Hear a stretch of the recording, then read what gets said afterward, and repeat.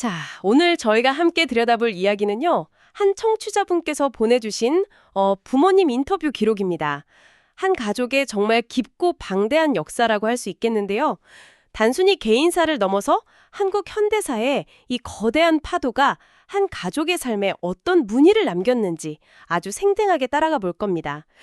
자료를 보면 가족의 신화적인 뿌리부터 아버님께서 왜 그 머나먼 사우디아라비아 사막까지 가셔야 했는지 그 절절한 이유까지 담겨 있더라고요. 이번 탐구의 목표는 바로 이겁니다. 파평윤 씨라는 유서 깊은 가문의 후손이 한국전쟁, 또 산업화, 민주화 운동의 경랑 속에서 어떻게 살아남고 가족을 지켜냈는지 그 놀라운 생명력의 근원을 한번 같이 찾아보는 거죠. 네, 정말 흥미로운 여정이 될 것 같아요. 보통 우리가 역사를 책으로 배우면 그냥 큰 사건들만 나열되어 있잖아요. 근데 이 자료처럼 한 가족의 삶을 현미경으로 들여다보면 그 거대한 역사가 사실은 한 사람의 눈물과 땀, 그리고 선택으로 이루어져 있다는 걸 체감하게 되거든요. 신화 속 연못에서부터 사우디의 그 뜨거운 태양 아래까지 이 거대한 시공간을 넘나드는 이야기가 결국 어쩌면 우리 모두의 부모님 이야기라는 걸 느끼게 되실 겁니다. 맞아요. 그럼 그 이야기의 시작, 아주 먼 옛날 그 신화의 시간으로 한번 들어가 볼까요? 바로 파평윤 씨의 시조 설화인데요. 파평의 한 연못에서 갑자기 막 천둥 번개가 치더니 사흘째 되던 날 금으로 만든 괴짝이 떠올랐다고 해요. 아, 그 유명한 이야기? 네. 그 안에서 나온 아기의 양쪽 겨드랑이에 무려 81개의 잉어 비늘이 있었다는 정말 신비로운 이야기로 가문의 역사가 시작됩니다. 그리고 그 후손인 윤관 장군 이야기로 바로 이어지죠. 전쟁 중에 강을 건너지 못해서 위기에 처했을 때 수만 마리의 잉어가 나타나서 다리를 만들어줬다는 그 전설이요. 맞아요. 그래서 지금도 파평윤 씨는 그 선조를 구해준 은혜를 잊지 않으려고 잉어를 안 먹는다고 하더라고요. 참 재밌는 대목이죠. 이렇게 신화적인 보호를 받는 듯한 가문인데 이야기의 초점을 청취자분의 할아버지 세대로 옮겨오는 순간 현실은 그냥 180도 달라집니다. 네, 그 대비가 정말 극명하죠. 1900년 경북 영덕의 아주 부유한 집안에서 태어나셨지만 1950년 한국전쟁이 모든 걸 그냥 송두리째 바꿔놓습니다. 마을은 전쟁터가 되고 바로 옆집 아저씨는 경찰, 앞집 아저씨는 빨치산이 되는 그런 비극이 벌어지죠. 여기서 정말 중요한 지점은 이 전쟁의 상처가 총상이나 폭격 같은 물리적인 것에서 끝나지 않는다는 거예요.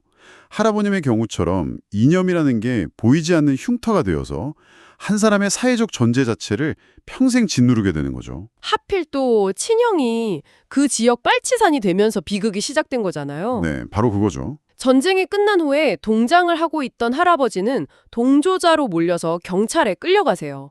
형이 빨치산이라는 그 이유 하나만으로요. 자료를 보면 정말 끔찍한 고문을 당하셨더라고요. 입이랑 코에 그 고춧가루 물을 들이부으면서 거의 죽기 직전까지 맞으셨다고 해요. 그때 할머니가 할아버지를 살린 이야기가 정말 충격적이었어요. 10살도 안 된 아들, 그 청취자분 아버지의 소변을 받아서 남편에게 먹이면서 간호를 했다는 그 대목에서 당시 상황이 얼마나 절박했는지 그냥 느껴지더라고요. 와... 목숨은 건졌지만 아마 재산을 잃은 것보다 더 무서운 건 그 공동체로부터의 신뢰와 자기 정체성을 잃어버린 것이었을 겁니다. 그렇죠. 결국 모든 걸 버리고 도망치듯 피신해서 평생 아무 일도 못하셨다고 하니까요. 그 트라우마가 대를 이어서 하나의 정서적 유산처럼 남겨진 셈이네요. 그럼 그 유산을 고스란히 짊어진 아버지 세대의 삶은 어땠을까요? 당연히 초등학교만 겨우 졸업하고 바로 생업에 뛰어들어야 했죠. 그 하루 일과가 참 인상 깊었어요. 아침에는 동네 서당에서 한문을 배우고 낮에는 산에서 나무를 하고 밤에는 가마니를 짜서 팔고 네. 그 돈으로 동생들 학비까지 됐다고 하잖아요. 여기서 보이는 건 한 사람 안에 두 개의 세상이 공존하고 있다는 거예요. 한쪽에서는 지식에 대한 엄청난 갈망이 있는데 다른 한쪽에서는 그걸 억누르는 혹독한 육체노동이 있는 거죠. 아, 시대적 상황 때문에 정신과 육체가 서로 싸우고 있었던 셈이네요. 정확합니다. 심지어 서당에서 배운 걸 다음날 모두 외울 정도로 총명하셨고 혼자 영어 공부까지 할 정도였다고 하니 그 재능이 얼마나 아까웠을까요? 이런 아버지의 삶과 어머님의 삶이 정말 놀랍도록 닮아 있더라고요. 그렇죠. 어머님 역시 7남매의 맏딸로 태어나서 배움의 기회를 완전히 박탈당했으니까요. 외할아버지가 다리를 다쳐서 일을 못하시게 되면서 어린 시절부터 약초를 캐서 팔고 동생들을 돌보면서 사실상 가장 역할을 하셨죠. 그런데도 배움에 대한 열망이 얼마나 강했는지 혼자 산에 올라가서 국문을 깨쳤다는 대목에서는 정말 가슴이 뭉클해지더라고요.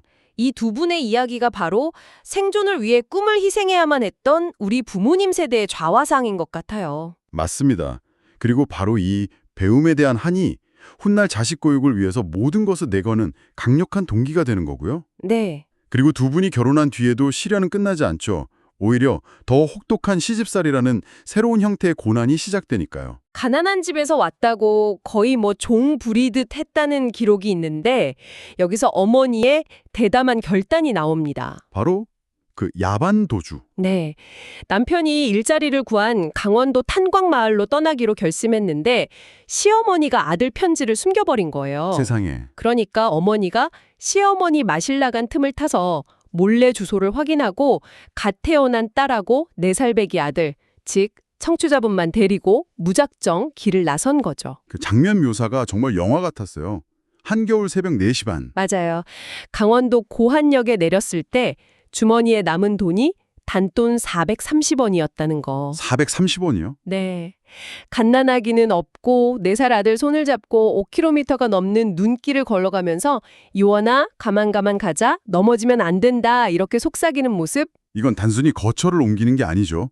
한 여성이 자신의 운명을 스스로 개척하기 위해서 모든 걸 내던진 위대한 탈출기죠. 그리고 이 개인적인 탈출이 당시 한국 사회의 거대한 흐름과도 딱 맞닿아 있어요. 아, 그렇죠. 전통적인 농촌 사회를 벗어나서 산업화의 가장 치열한 현상인 탄광촌으로 뛰어든 거니까요. 여기서 새로운 기회를 찾지만 동시에 또 다른 거대한 시련과 마주하게 됩니다. 그 시련이 바로 1980년 4월에 터진 사북 사태였죠. 네, 탄광촌에서 과자 가게도 하면서 조금씩 안정을 찾아가던 시점이었는데 바로 옆 동네 사북에서 한국노동운동사의 한 획을 긋는 사건이 터진 겁니다. 당시 광부들 노동 환경이 살인 막장이라고 불릴 정도로 열악했잖아요. 네, 지하 수천 미터 굴 속에서 40도가 넘는 열기와 붕괴 위험 속에서 일하는데 월급은 18만 원도 안 됐다고 하니까요. 그런데 회사랑 결탁한 어용노조가 임금 인상률을 자기들끼리 몰래 합의해버린 사실이 알려지면서 광부들의 분노가 폭발한 거죠. 맞아요.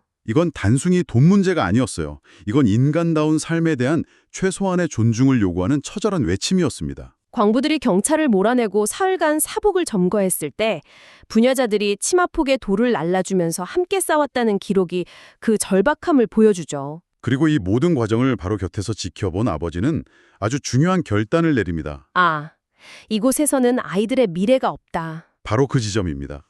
개인의 삶의 방향을 완전히 바꿔버린 결정적인 역사적 계기가 된 거예요. 이전까지는 어떻게든 먹고 사는 게 목표였다면 사북 사태를 겪으면서 자녀들에게는 이런 삶을 물려줄 수 없다는 교육이라는 새로운 목표가 생긴 거죠. 그래서 결국 모든 걸 정리하고 1981년 오직 자녀 교육을 위해 서울로 이사합니다.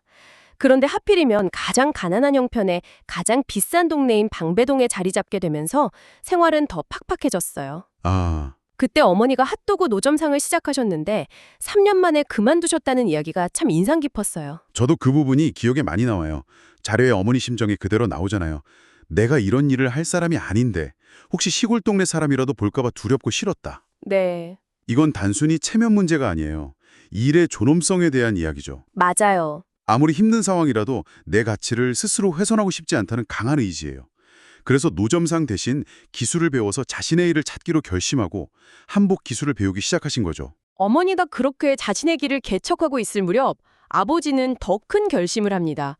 1984년 신문에서 사우디아라비아 건설 노동자 모집 광고를 본 거예요. 아, 그때 한창 중동붐이 불던 시절이었잖아요. 네, 당시 수십만 명의 한국 가장들이 달러를 벌기 위해 중동으로 떠났죠. 아버지의 사우디 행도 여러 이유가 복합적으로 작용했어요. 당연히 가족을 먹여 살려야 한다는 가장의 책임감이 가장 컸고 또 사북 사태를 겪으면서 제대로 된 교육을 시키려면 더 큰 돈이 필요하다는 현실적인 판단도 있었을 거고요. 마침 용접 기술도 갖고 계셨고 시대적 기회에도 딱 맞아 떨어진 거죠. 그렇죠. 하지만 사우디에서의 삶은 말 그대로 고통 그 자체였습니다.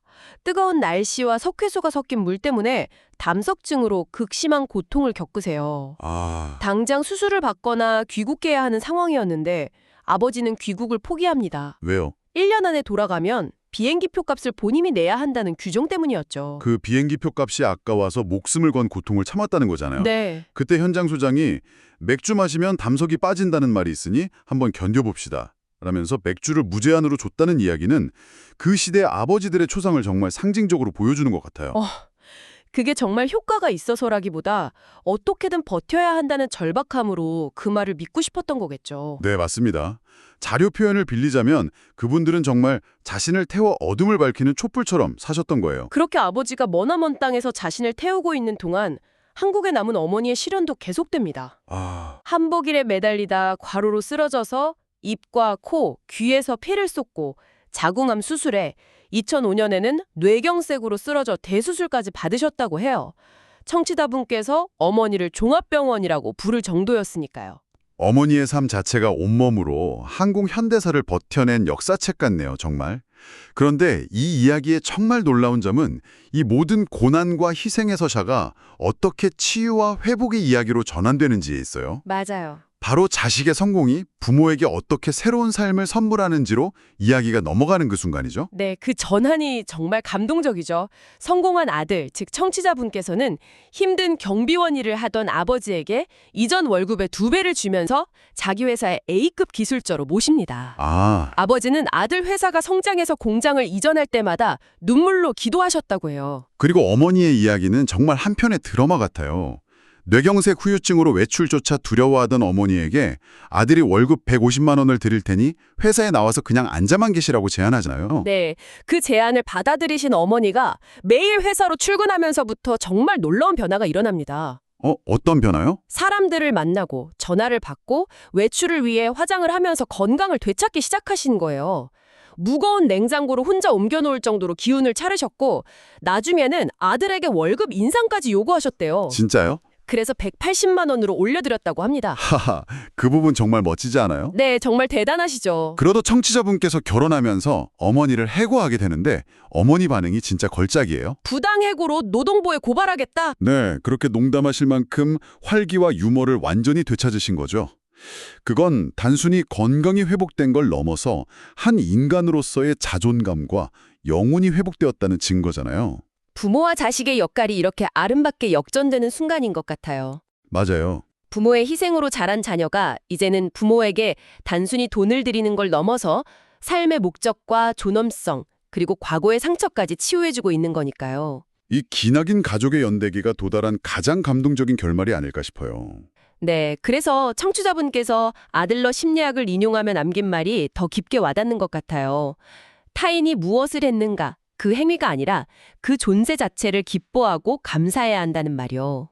아, 부모님의 이 기나긴 고난의 여정을 듣고 나니 그냥 내 곁에 살아계셔 주는 것만으로도 감사하다는 그 말의 무게가 얼마나 무거운지 절실히 느껴지네요. 결국 이 모든 이야기가 우리에게 의미하는 건 한국의 눈부신 발전 이면에는 이처럼 이름 없이 쓰러져간 수많은 가족들의 믿기 힘든 희생과 사랑이 있었다는 사실이 아닐까요? 맞아요. 청취자분께서 이런 말을 했어요. 역사적 인물이나 예수의 제자는 잘 알면서 정작 자신의 뿌리가 된 선조들에 대해서는 너무 몰랐다고요. 이 이야기는 비단 이 가족에게만 해당되는 건 아닐 겁니다. 우리 모두에게 질문을 던지고 있죠. 당신의 가족에게는 어떤 생존과 희생, 그리고 사랑의 역사가 숨쉬고 있나요? 우리가 미처 알지 못했던 우리 집안의 가장 위대한 이야기는 과연 무엇일까요?